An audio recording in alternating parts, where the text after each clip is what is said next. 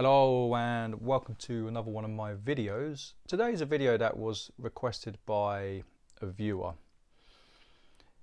They commented, can you talk about the capital gains tax situation? Now, I'm not a tax advisor, so what I'm going to do is I'm going to put a disclaimer out so you can't sue me, but I will give you my thoughts and views on it. In front of you, you've got a plethora of coins. Got some wonderful coins here. You would have seen all these coins before. There's no new stock in, that's fine. But I did want to talk about the potential implications of a shift in tax landscape. I think that's something that everyone needs to consider, whether you're small fry or large fry. And obviously the larger you get, the more you have to kind of consider these issues. There's not really going to be me moving lots of stock around. It's just going to be me talking about the implications. Now, why did this gentleman say, can you talk about it? Well, a dealer in the UK has put up a post saying, shifting capital gains tax landscape, are you prepared? And I think for me, after I've read it, I think they're trying to drum up business so you swap out your non-CGT bits into CGT bits and they make a spread. And don't get me wrong, there's nothing wrong with that. There's nothing wrong with trimming your stack and doing things that you think may or may not happen. I have clients message me all the time wanting to sell or buy solely dependent on their individual tax position. It's something that's more common than you think. In terms of the UK and what I think will happen for tax, now I've said it many times, this is not a political channel. It never will be a political channel, it never will be a stamp channel. But you need to understand that politics do dictate the policies that get implemented. And under Keir Starmer and the Labour Party, he's not a very popular man, but he's also a very ruthless man. He's always been ruthless, ever since he was my age and younger. He's taken away things from pensioners. He's labelled a good proportion of the country far right. Although that's a topic for another day. When you're that far left, that's something everyone's going to be far right, you know. But that's by the by. In terms of the budget, he knows the country is broke. The country is broken, it's broken, it needs more taxes. And the capital gains tax allowance has shrunk. It shrunk under the Conservatives, under the Blues. The idea that they won't do anything to it to raise that additional tax money, I think is a bit naive. Now, he could go one or two ways. He could further reduce the tax-free allowance, or he could increase the amount of tax you pay on your profits. And this is where the coins come into their own. Some of these coins, you don't have to pay it on. Now, he could actually remove it from coins if he's being particularly harsh. He could just turn around and make it a level playing field for all coins. Personally, I don't see that being an option. I don't think he'd be able to get that through, mainly because it would be the wealthier clients who have tons of CGT free coins. I don't think he'd have the political power or backing to push that through. So if he does put the tax up, or if he does lower the limit, or does a combination of both, what you buy is going to be completely different to if he doesn't. Now, you need to understand as an individual what type of buyer you are. Are you an investor? Now, I talk a lot about buying and selling. I talk a lot about the investment side of things. I talk a lot about profits and losses. And that's great for some people. That works for some people, but it doesn't work for everyone. Some people are just pure collectors. Now, if you're a pure collector, you're not really going to be that bothered. You know, if you're a stacker, you're going to go for the CGT free bits, and that because that's the logical sense. Now, I've always thought it was a red herring in the sense that if you buy a sovereign, and there was a member of the channel who voiced their opinion about this. They said, "I'll buy," I think it was sovereigns and half sovereigns over fractional because of the spreads.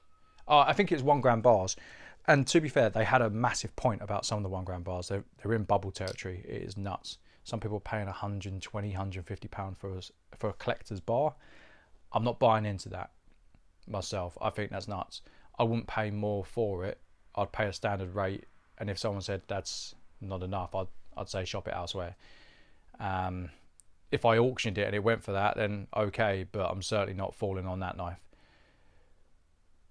But to go back to the point about spreads, if you buy something that's got a minuscule spread, it means it's a pure bullion coin. It's a pure play on the gold price, and that's fine. I personally think that's not the most profitable solution, but equally it's a very sensible solution, and it's not one I will ever discredit for someone who wants, say, now I've got a client, he's aiming for 500 sovereigns. You know, I will never discredit that. His focus is good. He knows what he stands for. He knows how he's going to sell.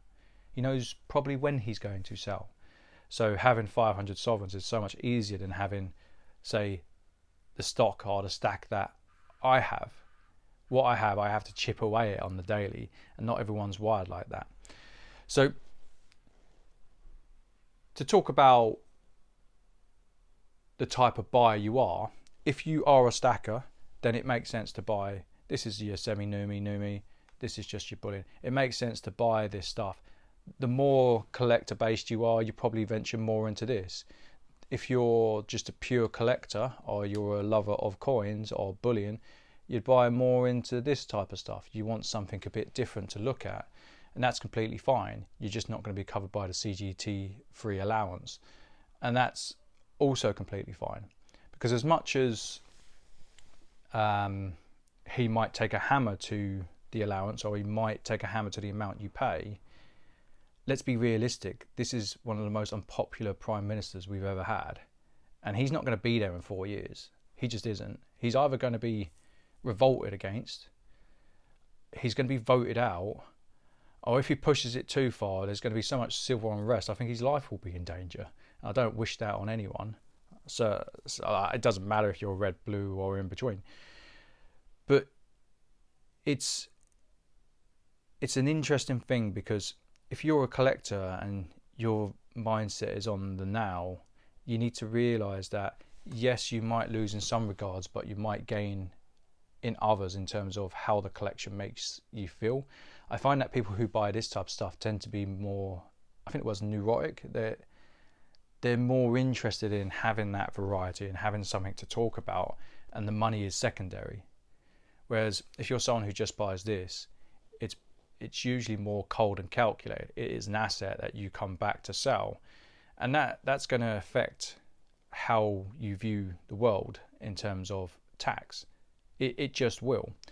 Now, in terms of if you're a collector and you're worried about the changing landscape of tax, I wouldn't worry about it, because it changes every year. It really does. I wouldn't be panicked into selling your coins over the fear that you may or may not, and that's a key point, you may not pay more tax. You might not even sell them. You know, it'd be an interesting development. I might make another video about this when I find out next month concerning what the tax changes are. Now, if you've got, say, I think it's a £3,000 allowance at the moment, that's going to give you enough scope to kind of chop and change your collection as you see fit. Sometimes you'll sell something, and you can carry forward those losses, so that's also not a problem. But I wouldn't be running in to change up my whole stack or my whole collection straight away.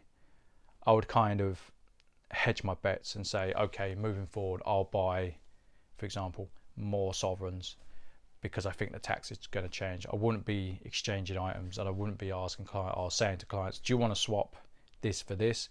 Now, I understand why the other business has done it. They're a business. That doesn't make them bad. Profit's not a dirty or evil word. I understand why they've done it. It does kind of play into the insecurities, and I actually think what they're saying is very prudent, knowing the government we have at the moment. But equally, you need to sit down as an individual and work out what your goals are, how you intend to sell, if it's a collection, you know, if it's something you're even that bothered about profiteering on. You know, they're all very valid questions, and until you know that as an individual, you can't even tackle that tax question. You just can't. As soon as you know, you can. Right, that's 10 minutes of me talking about tax. I don't want to talk about it for another 6 weeks. I want to know where the dice land, and then I'll probably make another video. I hope you've enjoyed the video. It's probably not one for my friends outside the UK or enemies. I don't know, frenemies. But I hope it's been useful, and it kind of gives you food for thought.